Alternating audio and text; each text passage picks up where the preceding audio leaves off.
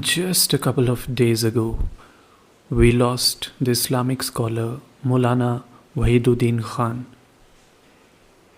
He was a very well known figure in the Indian subcontinent, and he's lived all his life in India, seen it before and after the independence, talked about the Muslim society a lot, at times critically, at times with great affection. But he was an important figure because he tried to build that bridge between the Muslims and the non Muslims. And I feel that is something we really need in this day and age. Wherever you're living today, whether in Europe, Indian subcontinent, Asia, America, Africa, the conversation on Islam and Muslims is everywhere. Some point out that there is Islamophobia in the society and Muslims are being discriminated against, and some claim that Muslims themselves, they have been responsible for a lot of violence around the world today. So we always find these two extreme versions. One says the Muslims are the oppressors, the other says Muslims are the victims. And as we all know, the truth is somewhere in between. There are so many shades of grey.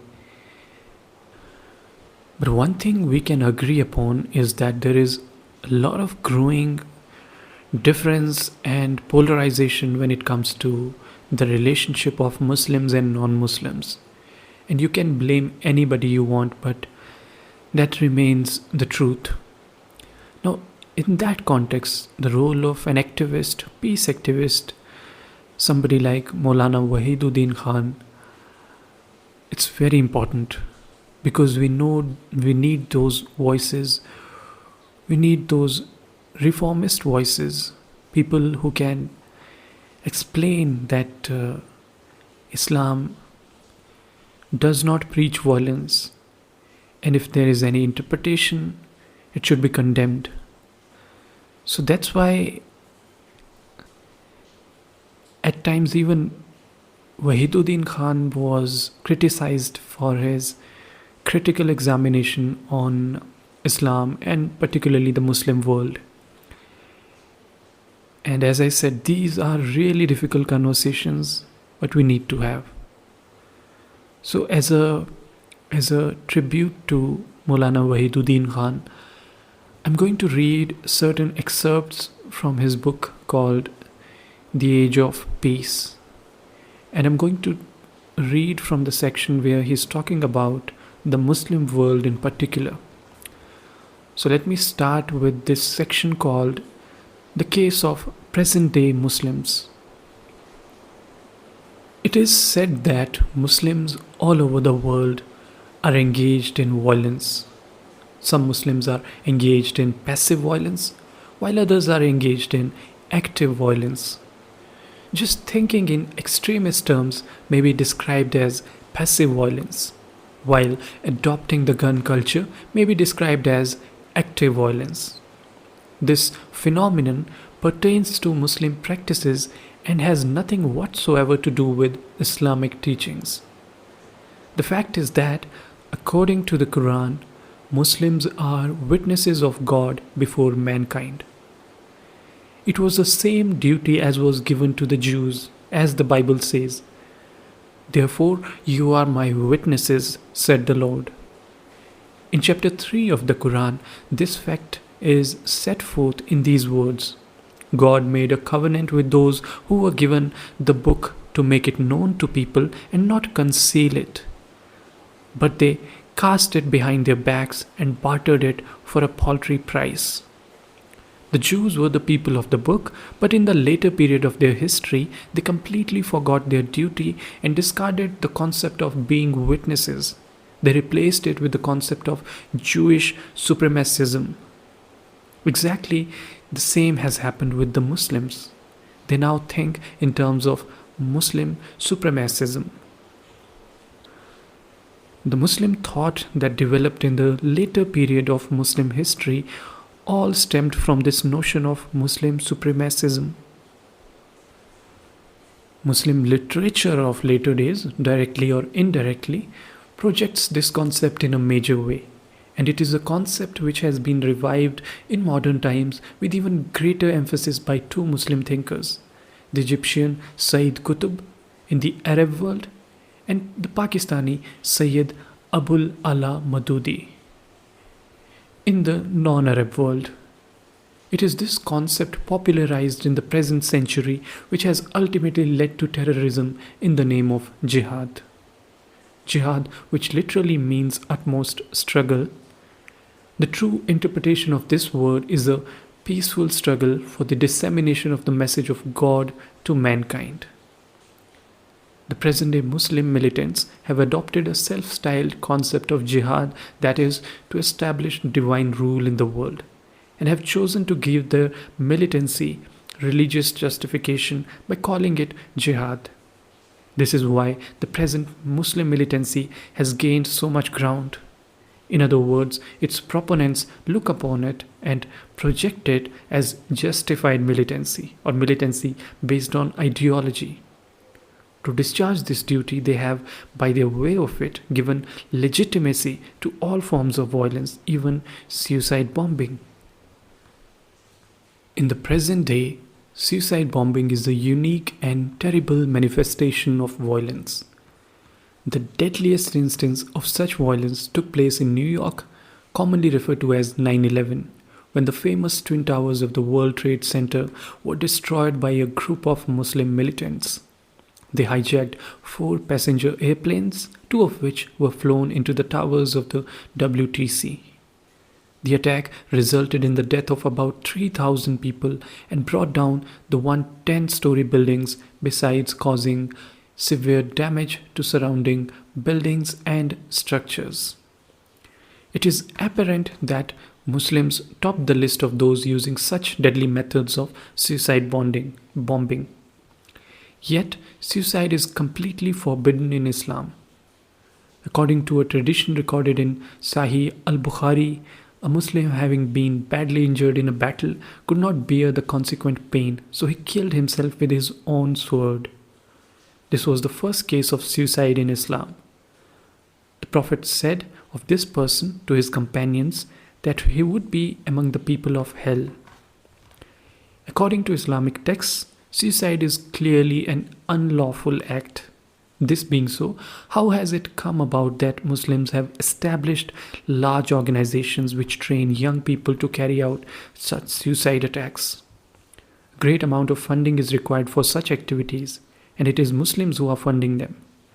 Thus, in this organized activity, the whole Muslim community, directly or indirectly, involved. A saying of the Lebanese-American writer Khalil Gibran applies in this case. A leaf does not fall without the silent consent of the tree. The root cause of suicide bombing is that in present times, the Muslim community has come to think of the world as being divided between Muslims and Kafirs, that is, Muslims and non-believers. That there are Muslims and everyone else is a Kafir. That the countries ruled by Muslims are Dar es Salaam, which is land of Islam, whereas the countries ruled by people other than Muslims are Darul Kufr, that is land of disbelief. Due to this mindset, Muslims think that any heinous act may be perpetrated with impunity against supposed disbelievers. It is because of this negative mentality of the Muslims of the present day that the ulama or Muslim scholars have become emboldened to publicly declare suicide bombing as lawful, an act which has always been unlawful in the absolute sense. Moreover, there are certain Muslim scholars who have gone to the extent of openly issuing fatwas or verdicts claiming that suicide is lawful. They have coined a new term, istishhad, to seek martyrdom, to give justification for suicide bombing.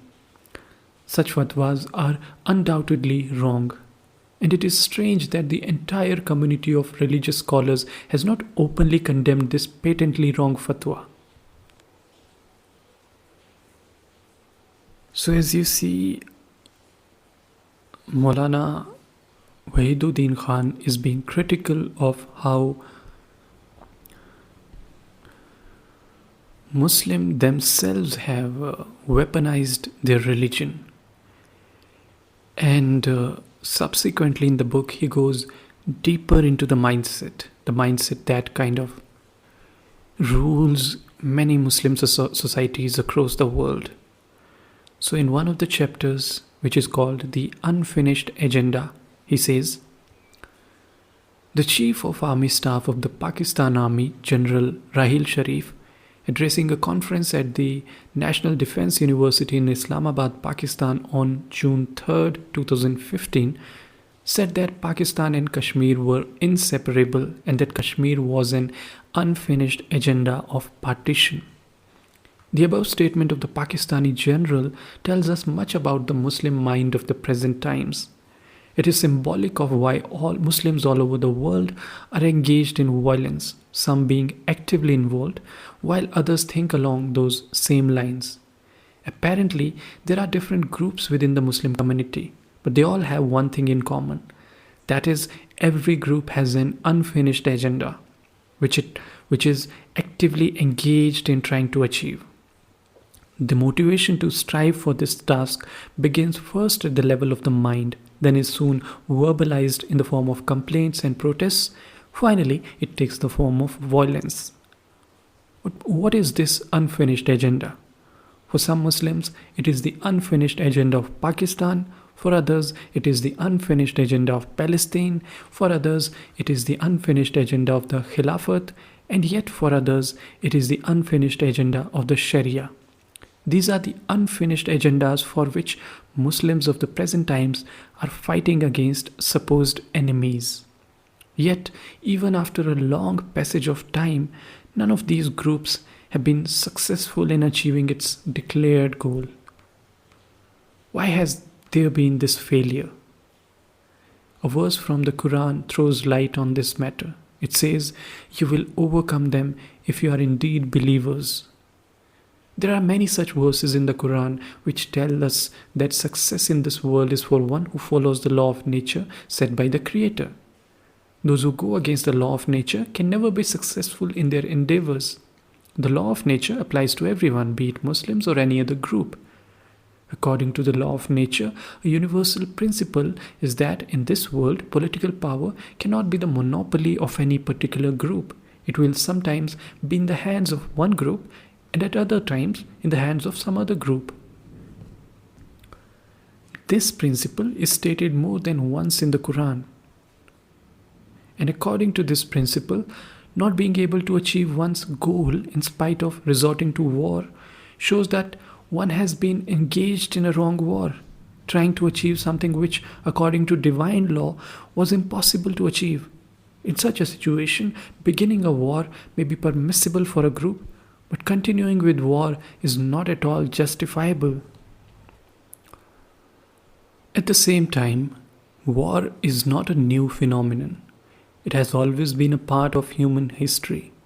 In the very first generation of man, fighting broke out between Adam's two sons, and as a result, Abel was killed by his brother Cain. Fighting has continued since then in every group and nation. But we learn from history that every period of conflict has its end. It has always had a limited span. There is no battle which has raged indefinitely. Even the First and Second World Wars were fought for limited periods of time. But the case of the Muslim community appears to be totally different. We learn from history that once a battle is waged in the Muslim Ummah, it never comes to a halt. There is a saying of the Prophet in the nature of a prediction, which has proved to be entirely right. It says, "When the sword enters the ranks of my Ummah, it will never be taken away."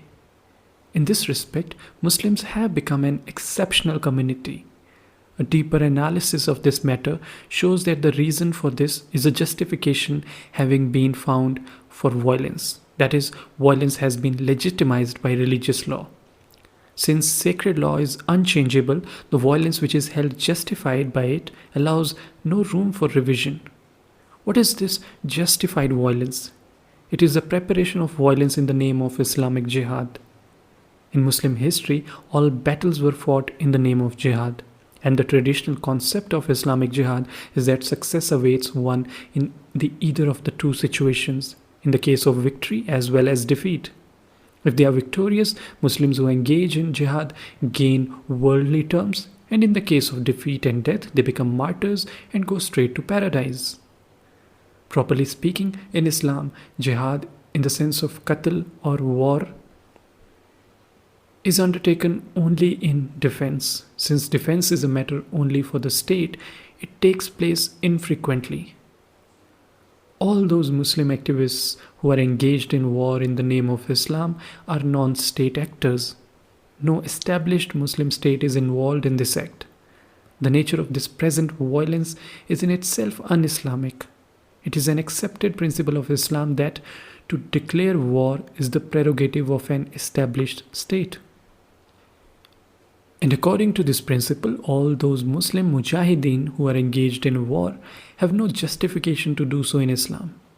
Such people unilaterally or unconditionally abandon all their activities and adopt totally peaceful methods. So this is how the book goes, and as you can notice, he's criticizing those who are making use of religion to justify their violence, and is in very clear and strict terms condemning it. And it is entirely up to us, whether Muslims or non-Muslims, to have discussions on this subject and spread this idea everywhere. Because unless we do that, we're going to have a lot of troubles and religious violence all over the world, and people will justify it in the name of religion. And we do not want that. We would want more sane voices, just like Maulana Wahiduddin Khan, to continue this peace project to make this world a better place.